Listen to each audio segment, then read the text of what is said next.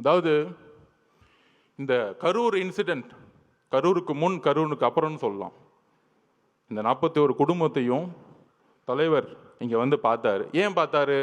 உடனே அனுதாபம்லாம் நம்ம அங்கே தானே போகணும், இவர் ஏன் அங்கே போகல, கரூருக்கு ஏன் போகல? அதுக்கு நான் பதில் சொல்கிறேன். கரூர் காவல்துறை இருக்கு பாருங்க, ஒரு வினோதமான காவல்துறை. நம்ம பார்த்திபனனுக்கும் மதியனனுக்கும் தெரியும். 8 நாளுக்கு முன்னாடியே 9 நாளுக்கு முன்னாடியே மனுவை கொடுக்குறாங்க. அது நம்ம தவறு தான் ஒத்துக்கலாம். ஏன்னா நம்ம காவல்துறையை நம்பணும்ல, அதுதான் நம்மளுடைய மிகப்பெரிய தவறு. எங்களுக்கு அந்த அரசியல் தெரியல, ஒத்துக்கிறோம், சாரி. மக்களுக்கு நாங்கள் மன்னிப்பு கேட்டுக்கிறோம். அந்த ஒரு தவிர நாங்கள் எதுவும் செய்யலை. எங்கள் மதியனோ பார்த்திபனோ பொதுச்செயலாளரும் காவல்துறை போய் நம்பினாங்க. அப்போ காவல்துறை ஒரு இடத்துல நம்ம வந்து கேட்குறோம், ஒரு 6 இடம் கேட்குறோம். அப்புறம் காவல்துறை இருக்க டிஎஸ்பி, ஒரு சிறப்பு வாய்ந்த நேர்மையான டிஎஸ்பி, நம்ம விஜயகாந்த் சாரோட ஒப்பிடலாம், சினிமாவில் வர மாதிரி. அவர் தான் டிஎஸ்பி செல்வராஜ் அவர்கள். அப்படி அச்சுன்னு தும்முனா கூட கட்சி எடுத்துட்டு போவார். யாரு? நம்ம செந்தில் பாலாஜிக்கு கட்சி எடுத்துட்டு போறவர் தான் அவர்.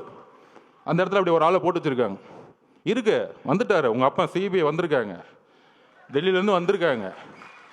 சொல்றீங்களா 600 பேரை போட்டோம், அதில் ஏடிஜிபி சொல்றாரு 500 பேரை போட்டோம். இன்னொரு அமைச்சர் சொல்றாரு இல்லை நாங்கள் 700 பேர் போட்டோம். அதோ எல்லாம் ஸ்டேட்மெண்ட் கொடுத்தோம். முதலமைச்சர் முதற்கொண்டு என்கொயரி பண்ணணும் இந்த விஷயத்தில், தவறா தகவல் சொன்னதுக்கு. அப்போ அண்ணன் மனு கொடுக்குறாரு. அந்த டிஎஸ்பி பார்த்திபன் கூட சண்டை போடுறாரு. எல்லாம் பதிவு இருக்கு, எல்லாம் சொல்லுவார் அண்ணன்.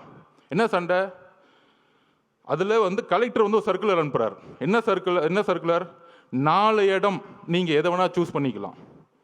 அந்த 4 இடத்துல நம்ம கேட்ட இடம் ரவுண்டானா, கரெக்டான பார்த்திபன் லைட்டஸ்ட் ரவுண்டானா கேட்குறோம். இது ஆல்ரெடி கவர்மெண்ட் சர்க்குலர் கொடுத்துருக்க இடம். இதை டிஎஸ்பி அனுப்புகிறார். ஆனால் அடுத்த நாளே உத்தரவு வந்திருக்கும். அச்சுன்னு தும்பிட்டார்ல அவர், ஊருக்குள்ளே கூட்டிகிட்டு வராத. ஏன் ஊருக்குள்ளே கூட்டிகிட்டு வரக்கூடாது? ஊருக்குள்ளே கூட்டிகிட்டு போய் தலைவர் அந்த இடத்துல ரவுண்டான நின்றுட்டா ஒட்டுமொத்த மக்களும் ஓட்டு மாறிடும், வேற ஒன்றும் கிடையாது. இதுதான் அரசியல். அவர் முகத்தை யாரும் பார்த்துடக்கூடாது. ஊருக்கு வெளியே ஓரமாக ஒரு ரோட்டுக்குள்ளே போ, அங்கே நீ என்னை பற்றி பேசுகிறேன்னா ஃபஸ்ட்டு செருப்பத்துக்கு அடிப்பேன், கலைப்புறம் பண்ணி பேசாமல் கிளம்பணும். இதுதான் திமுகவுடைய ரவுடி அரசியல்.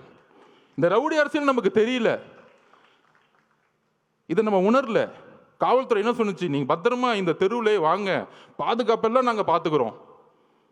காலையில் 9:30 மணிலிருந்து ஈவினிங் அவர் எந்தெந்த நொடியிலிருந்து வராரோ எல்லாமே லைவ்ல ஓடிக்கிட்டு இருக்கு. காவல்துறைக்கு தெரியாதா அவர் எங்கே வராருன்னு? இன்னும் 1960 யாருக்கும் தினத்தந்தி பேப்பர் அடுத்த நாள் வர தெரியறதுக்கு?